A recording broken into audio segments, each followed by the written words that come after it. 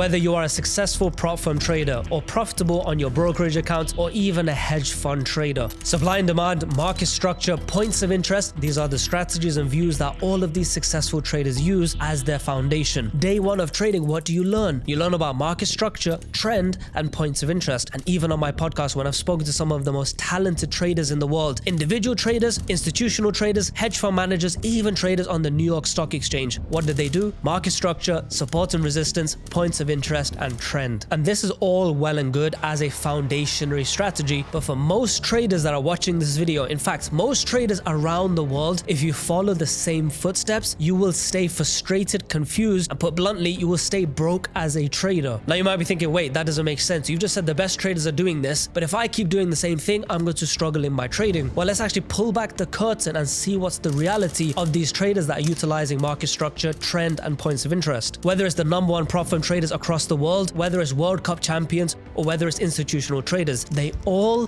trade these things, but they will use these things only for their entry criteria, only for the final checkbox of getting into a trade. But the trade idea, the actual reason for getting into that trade, that could be totally other things. The reality is two traders may enter at the same point, but they might have completely different analysis and completely different objectives. But simply, one could be scalping to hold it for 20 minutes, another person could be entering to hold it for 2 years. And you cannot just borrow a piece of a strategy from a successful trader, slot it in your own way and hope that it works, because you're missing all of the context that these professional traders are utilizing, and you only rely on the trend, supply and demand, and points of interest. So if you are a prop firm trader, an intraday trader who likes to have a high win rate and a high risk to reward, stick around for this video, because if you've learned the foundation of trading and you are still struggling whilst you trade on prop firms and you take losses and you don't know why, but when you backtest, it does work. For a trader, this can be very confusing. There's a lot of emotion and it leaves you frustrated, and it means you end up strategy hopping, always changing your strategy every few months and always watching YouTube videos hoping to find answers for why am I confused? Why do I keep taking losses even though I'm following the plan of the successful traders? And this is not a video to bash and hate. In fact, even on this channel, even in my own trading career, I'm a big believer in market structure, trend analysis, points of interest, how to refine points of interest. All of these things I've made multiple guide videos on and is a foundation in my own trading also. But the harsh truth is, in this day and age, this is simply not enough. In 2015, when I first started trading, market structure was almost that holy grail. Fast forward a decade now in my trading, and I can see it no longer works like it used to, because we've seen the rampant rise of inducements, how liquidity is the cornerstone of price movement, and how all strategies, all common beliefs, whether it's trend lines, Fibonacci, support and resistance, and even market structure, points of interest, and supply and demand, they have all become liquidity. So unless we understand what an inducement is, how we can forecast it, how we can confirm it, and how we can trade with it, we are no longer going to be victims of getting a stop loss hunt on these points of interest of supply and demand. In fact, we are going to be more informed to know which points of interest to be trading and how to trade outside of points of interest with more confirmations. So in this video, I'm going to be giving you a step-by-step guide on how to trade outside of points of interest that is going to give you higher quality setups than trading inside of points of interest. I'm also going to be showing you how to avoid losses in wrong points of interest, or even read beforehand if a point of interest is about to fail. And it's not only theory, I'm going to be supporting these points with recent trades and recent price action to show you everything clearly in action. So let's jump right in. First of all, trading 101, what is it? The first thing you learn is a sequence of higher highs and higher lows. This higher highs and higher lows equals a bullish trend. The opposite, a sequence of lower highs and lower lows, equals a bearish trend. Very simple. And once you've had your day one of trading and you've understood market structure, you come to realize that overall trends, a sequence of higher highs and higher lows, well, within there, you're going to have internal trends. You're going to have a sequence of internal higher highs and higher lows. And then also you're going to have a sequence of bearish portion of lower highs and lower lows. Even if the market is overall bullish, you will still have bearish sequences inside these retracements where you will have bearish price action, lower highs and lower lows inside. So when you look at price action like this, you will see that, well, there's trends inside of trends. And that's where day two of trading can feel a little bit confusing. So then we fast forward to day three of trading and we say, okay, how do we do a top-down analysis? How do we connect all these time frames together to get a story and a picture out out of this. And this is an example of that, where you realize when you do a top-down analysis, you might see a bullish trend because you have a sequence of higher highs and higher lows strung together. So you have a bullish channel and a bullish trend. But you realize this is a story being painted where you see overall market structure was bearish, a sequence of lower highs and lower lows. And you can see on the internal side, there is a sequence of lower highs and lower lows, and then internal higher highs and higher lows. So when you see all of this, you're not thinking, oh, trend is bouncing around. You connect it together. You see that the internal trends are the building blocks for external trends. And you see that the overall trend was bearish. We had this last lower high that made this last lower low. So this internal bullish higher highs and higher lows became a objective to come all the way back to this higher time frame supply zone. Put simply, the market was bullish, yes, but it was bullish until we arrived to the lower high that made the lower low. We had found a supply zone. And when price arrived to that supply zone, what would we expect? Well, because we had at the last time price was here, we made a lower low in the market. When price returned, we would expect once again a lower low in the market. But we can see that's not what happened. So these are important market points, because now we can see that there was a trend shift, where we had initially a bearish market and then we had a temporary bullish market to then expect a bearish market to continue. That didn't happen, and the bullish market continued and took over, and we had a break of structure. So from this last lower high that made this lower low, we failed to make a lower low. This did not happen. In fact, we made a higher high, and therefore this area over here became an important level, because this is now our break of structure point, where we had a lower high that made a lower low in the market, go on to make a higher high in the market, defined as a break of structure. So once your day 3 of trading is complete, what does day 4 look like? Well, then we zoom into these areas and we say, okay, an area that failed, a supply zone that failed and has now led to a bullish break of structure. Let's understand this area, because this is a zone of relevance. We call it the main push. We can now see that there is a new trend which is bullish. Therefore, we need to be looking for buys, because the trend is your friend. Momentum is that way. The supply zone has failed. The sellers are no longer in control. This is an important pivot point. So as you can see, I'm giving you a step-by-step guide in this video of everything from start to beginning on these quality setups. But there's only so much I can show on a YouTube video, which is why I prepared for you a free high-quality video production course across 3 days, which is literally thousands of slides with diagrams, definitions, charts, examples, everything that you need to find clarity, and it's absolutely for free, so that you can take yourself from probably a confused, frustrated, and unprofitable trader towards a profitable scalper. So if you'd like to get your hands on this, all you need to do is DM me on the WWA trading page, the word course. So we now say, where did the break of structure happen from? It happened from this low and led to this high. So therefore, this becomes a trading range. And then the next thing to do after you've done that market structure read, we found a trend, we found a portion of that trend that is important. The next step becomes points of interest, usually known as supply and demand. So demand areas in this case in a bullish market are going to be areas where you expect price to continue to be bullish from. Locked in zones, instead of this entire portion being an area possible to buy, you find pockets of opportunity, concentrated orders, concentrated demand, concentrated buyers activity. This is a demand area, so we are no longer focusing on its entire zone. In fact, we can focus on more probable areas. Now, there's many ways to do this, because, for example, a Fibonacci trader will say we have the 50% here, the 61.8, the 70 fib over here. Therefore, this becomes my pocket to look for buys from. An EMA trader, what will they say? They'll say my moving average is somewhere here. Therefore, I need to look to buy on a touch of this moving average. What would another trader say? They'll say, oh, we have a trend line, 1 touch, 2 touch, trend line somewhere over here. So you can see that there's areas of a lot of opportunity where you have interactions between a Fibonacci level, a EMA level, and a trend line level. Therefore, this is the areas where you can get these stop loss hunts, especially if you say, oh, I've got a touch over here, another touch over here, support level. You can get a lot of concentrated ideas, but that means liquidity. If a lot of people are entering the market, liquidity is orders. When more orders enter the market, this is a big tug of war between supply and demand. Because if there's more buyers, there has to be more sellers to match them off. And if there isn't enough, or if the market maker can see, if all of these retail traded buyers are coming in, what if I just take their orders, take them out of the market, and then move the market themselves? This is known as a liquidity run, or I like to call it a form of an inducement. If you know that 95% of traders lose, that's a fact. That's a statistic that is published. And we see that 95% of traders, they use head and shoulder patterns, supply and demand, market structure, smart money concepts, trend line, Fibonacci. If every trader is utilizing the same things, and we can see it all over the internet, and institutions also know this,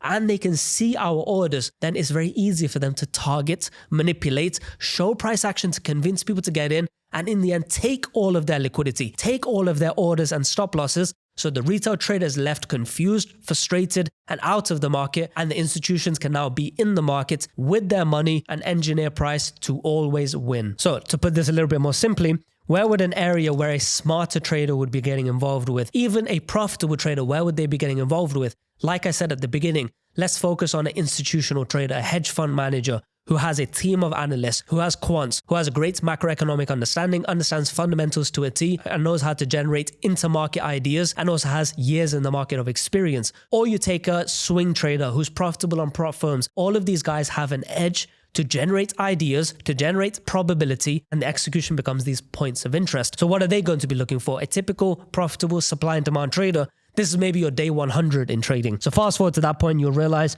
okay, if I have all of that edge baked in, where is a technical place I can get in? And they'll realize that you have demand areas at the bottom. For example, an extreme demand. And then a very interesting portion over here is when you have this last retracement, this last pullback before the push out, before the break of structure. So just to reiterate, before the break of structure line, the last pullback before the break of structure happens. If we can find that area, this area is also known as a decisional demand area. So supply and demand traders, market structure traders, points of interest traders, the ones that are looking in the right areas, they'll be focusing on these two areas, a decisional and extreme alongside the trend. They'll have a few other factors, but this is the foundation of it. Now, this is a great place to start your trading. This is a great place to be focused on. So you're not only focused on those random Fibonacci's and EMAs and trend lines and the mess that most traders find themselves in. At least now you have refined areas to be focused on. But the problem is, even though this is a great idea, even though this is leading to a lot of profitability for a lot of people, this leaves most people confused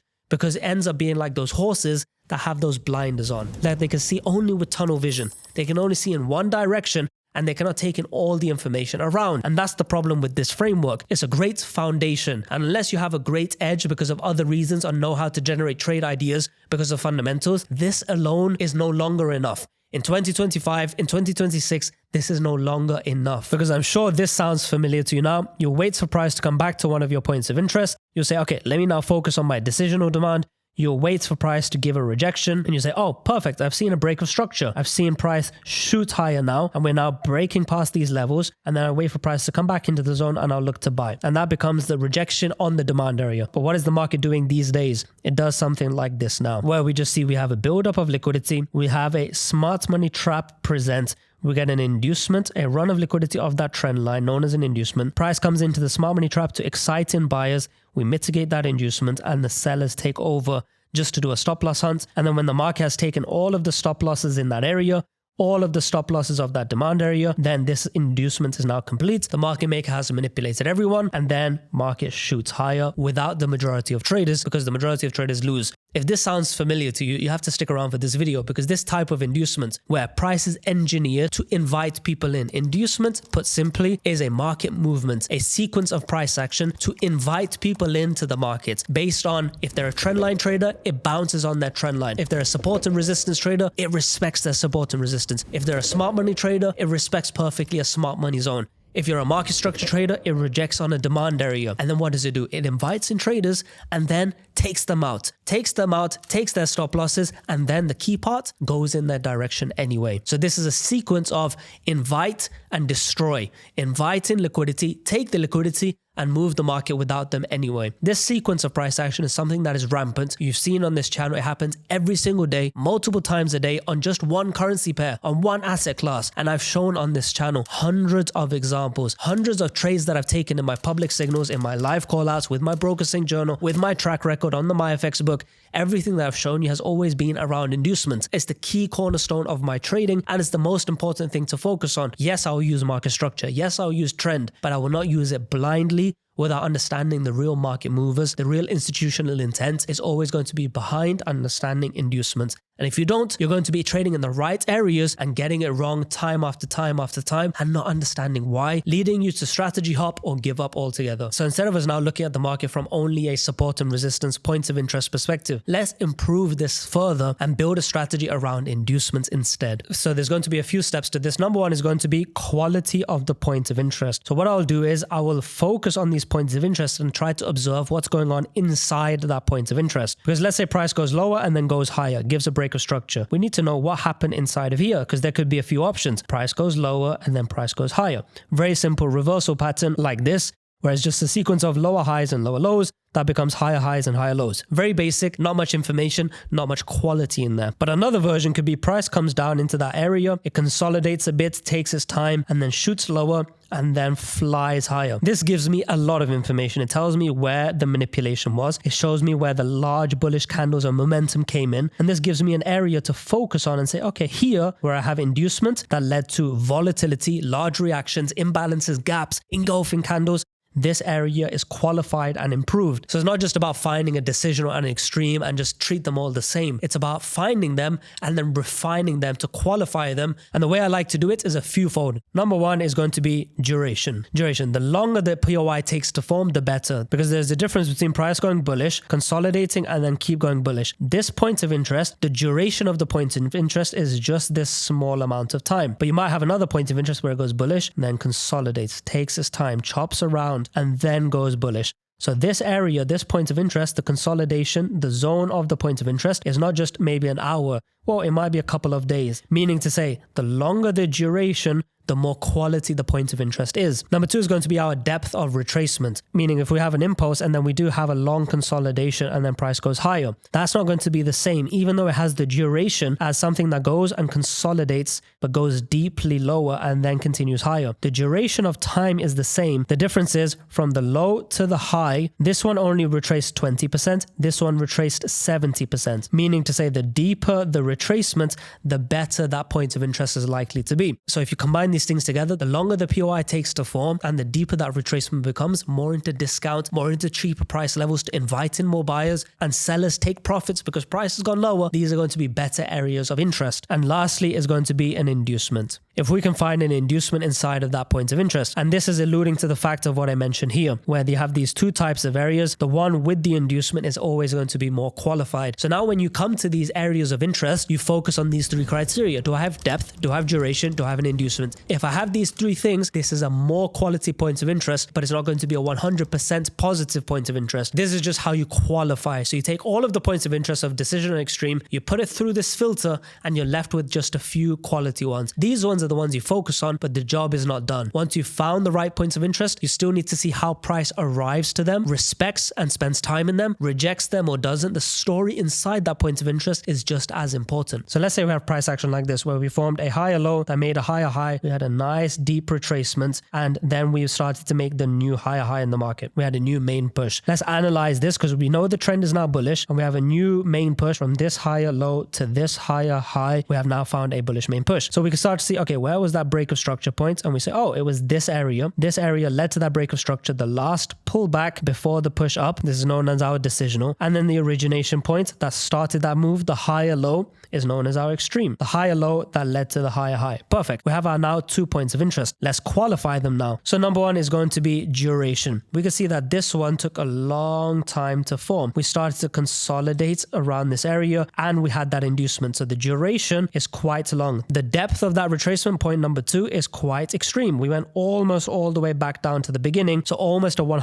retracement. And the third step, the most important in my opinion of a point of interest, we also had that build up, inducement, and then large bullish momentum. So this fits all 3 criteria. We had depth of retracement, duration in that retracement and in that point of interest, and then we had an inducement in that point of interest. Let's now analyze the decisional point of interest, where we see, okay, we had this push up, and inside that, the retracement, well, the depth of that retracement is very shallow, maybe 30%, so not the best. The duration, well, it's only a short amount of time. This one was all of this time, from here to here. We had a long duration. This one is maybe a quarter of the time. And we can start to see there was just 2 equal lows, a level of support, no inducement. So no real depth in the retracement, no real duration in that point of interest, and no inducement. So the decisional compared to the extreme, the quality is totally different. And this is where things get interesting, because that decisional area is still where typical supply and demand traders are going to be getting in the market. They're still interested in this area. So it still becomes liquidity. Why? Because a lot of people are going to be buying in this area and stop losses right below. This becomes a concentrated zone of orders. traders,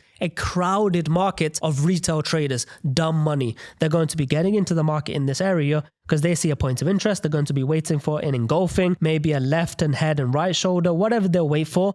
And they're going to be getting in the market and their stop loss is right below. So what will the market do? It will engineer price to show them what they want in the area that they want, show them the trend line, show them the rejection, show them the left head and right shoulder, show them that bullish price action break of structure. And then it's going to take all of that liquidity of this zone, make an inducement, and shoots lower. Once it's shot lower and it's grabbed all of that liquidity that was there, it doesn't have to go here. It doesn't have to go to the extreme. We've now induced liquidity. We have now formed an objective of engineered price action to get people involved. We take them out with this inducement and then we can fly thereafter. So if we can find this inducement, know when it's going to happen, how to confirm it, how to spot it, how to refine. If we can do all of these things, we can catch a ride with the big players. Our job is not to predict the market. It's not to forecast and have a crystal ball and see what's going to happen in the future. Our job is not to predict, it's to react. Our job is not to catch the whole move, it's to catch the most probable portion of the move. Our job is to react to what the big players are doing. We find the digital footprint of the big players, we confirm it with our processes, and then we catch a ride with them, not the entire move, just the most probable portion of that move. And therefore, if we can learn how to find these inducements, we know how to find trades outside of points of interest, specifically when points of interest fail. And this is the focus of this video, where you can take trades that are non-points of interest, non-POI based, still with the trend and with an inducement on your side. And this is going to lead to more volatile moves. Price is going to go to your direction, to your profit faster and easily because the dumb money was already taken out and therefore just the institutional flow is left. Now, this is enough theory. I want to jump into price action to show you a recent example of a trade that I took this week. Okay, now jumping into everyone's favorite part of the video, chart work. So let's break down a recent trade of something that is showcasing exactly this in action. So first of all, quick trend analysis. We can start to see that we had a bearish market, a sequence of lower highs and lower lows. And then we had the market make this low, respect the previous inducement demand area. Price came into that area and then respected it and then started to give a bullish push out. So we formed higher high starting from this lower low, breaking structure, market push being bullish. So if we can start to see now the market is bullish, we need to now understand points of interest and intent. So let's quickly drop down to a H1 to see exactly what's going on in this area. So as we can see, price made that higher high in the market and then started to retrace lower and lower and lower until eventually we formed price towards a demand area on the higher time frame. Price has now shifted. What I mean by that is price was forming the sequence of lower highs and lower lows in the market, and eventually we formed the final lower low, and then we started to have a bullish breakout, right? We had this lower low in the market, these bearish trend that started to have a bullish higher high. We had a bullish break of structure. So let's mark that out. The last lower high that made the lower low switches, and now we have a bullish break of structure. So this becomes very basic price action, where the last lower low that made a higher high, breaking past the previous lower high that made that lower low, we've had a break of structure. So that means we look for that decisional and extreme, we find that demand area, and then we see, okay, price came in and induced it. So we need to understand, why did price come in, give a bit of a slow consolidation, a bit of an engulfing, and then eventually induce that wick into that demand area and then shoot out. So we took the liquidity of the demand area of that extreme, and then we had a local inducement also. If I zoom in even more closely, we can see that zone that became the trap and then took everyone out. So when price took everyone out, what did we see? We saw a buildup of liquidity, a sweep of liquidity, and a push out, breaking structure. What happened after that? We had an inducement. Price took this wick and induced, came lower, formed equal lows, invited in buyers. Once again, build up, inducement, pushed lower, taking out these lows. Smart money traders see a sweep, they wait for that bullish breakout, take out that high to make a new high. And then all of this area, buyers are loading up, buyers are loading up. All of that demand area liquidity already taken out by this sweep. And then smart money traders getting in this area, last inducement to then move price higher. So now we know the inducement of control is here. Or to put it more simply, first when price arrived to that demand area, we saw a bit of hope and that was taken out. Then we saw smart money traders pattern with hope. They also got taken out. So all of these inducements, we took out the demand area liquidity, we took out the smart money traders liquidity, and this is the last inducement that led to large bullish engulfing imbalances, large momentum. Look how quickly price flies once we have the inducement on our side. And now that we have found that inducement of control where this fake demand area got induced that led to price pushing higher, breaking structure now, real breaks of structure. Once we've had that real push out, then we need to understand, okay, where was that decisional? Well, it's right here, because when we focus on the momentum that led to this high in the market now, we've seen that the buyers took control. After that inducement, price went on to make a new higher high and also led to a break of structure. Where was that last retracement before the break of structure?